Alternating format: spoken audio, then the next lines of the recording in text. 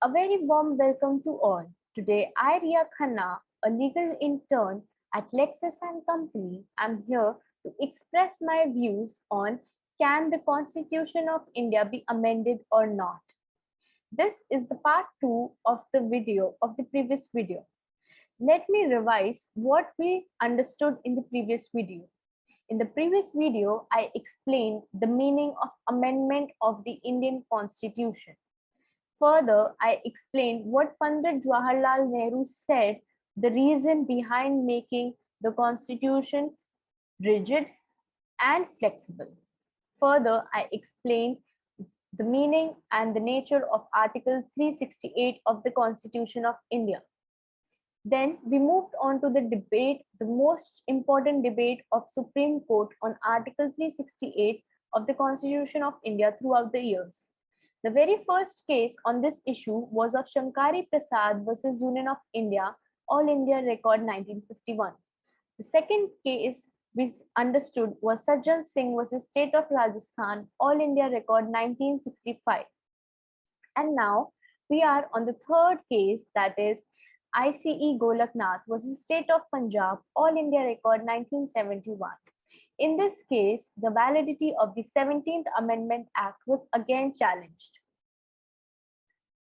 The 11-judge bench formed a 6:5 ratio judgment headed by the then Chief Justice Subba Rao. Let us understand what the majority view of the Supreme Court stated.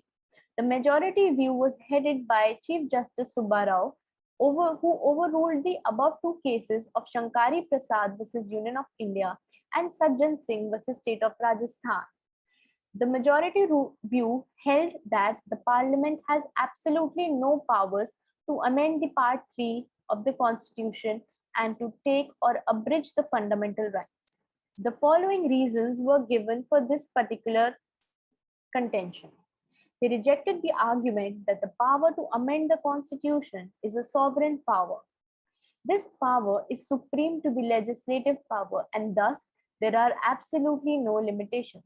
Hence, the amendment is the exercise of that power involving political question only and not judicial review.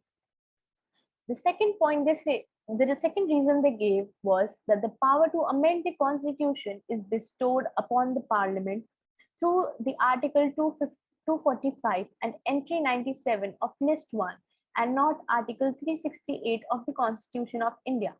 Article 368 only provides with the procedure to amend. Number 3, any amendment of the law within the scope of Article 13 Clause 2, therefore, any law violating the fundamental rights are void.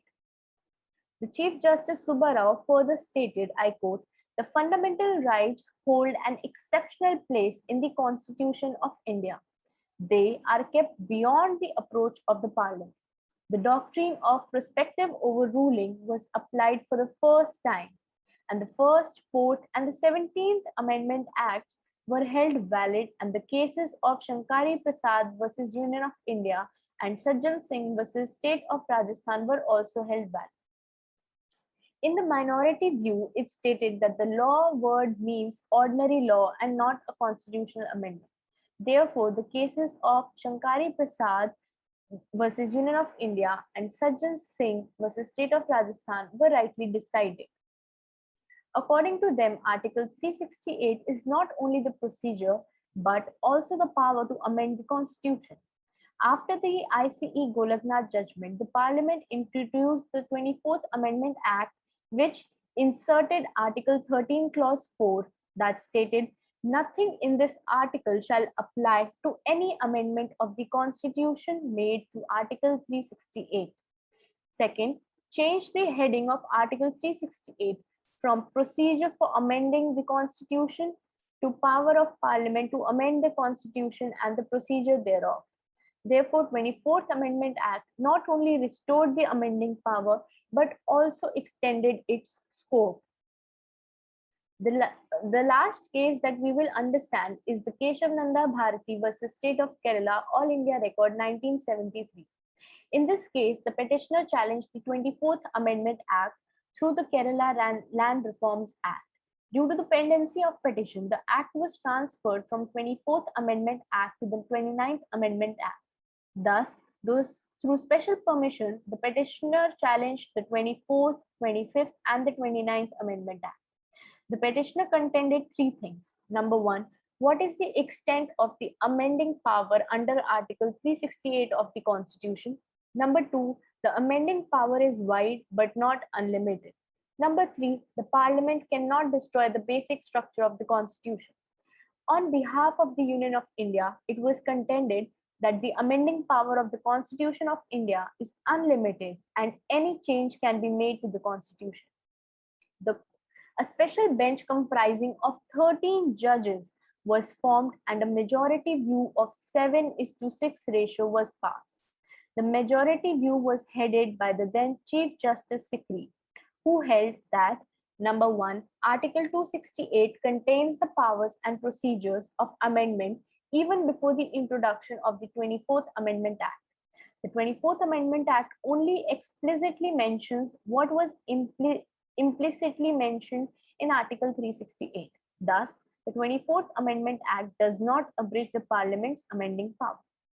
The second point, the court held that the Parliament has wide powers to amend the Constitution and it extends to all articles. But this amending power is not unlimited and it does not include the power to abrogate or destroy the basic structure or framework of the Constitution. Chief Justice Sikri, Justice Sheelath and Grover, Justice Hedge and Justice Mukherjee, Justice Reddy and Justice Khanna gave the doctrine of the basic structure of the Constitution, which the Parliament cannot interfere with. They stated supremacy, republic, democratic, secular, separation of power, federal, sovereignty, Part 3 of the Constitution, unity of the country, parliamentary democracy. It was stated that these essentials are only illustrative and not exhaustive. The essentials shall be determined on the basis of facts of each case. I would like to now conclude my topic that the Supreme Court reading implied limitation on Parliament's amending power was a very bold and brave move.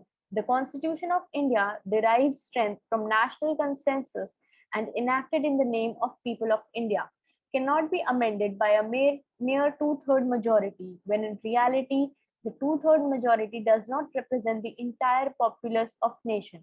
Further, it should be also kept in mind that not entire population cast their respective votes in the general election.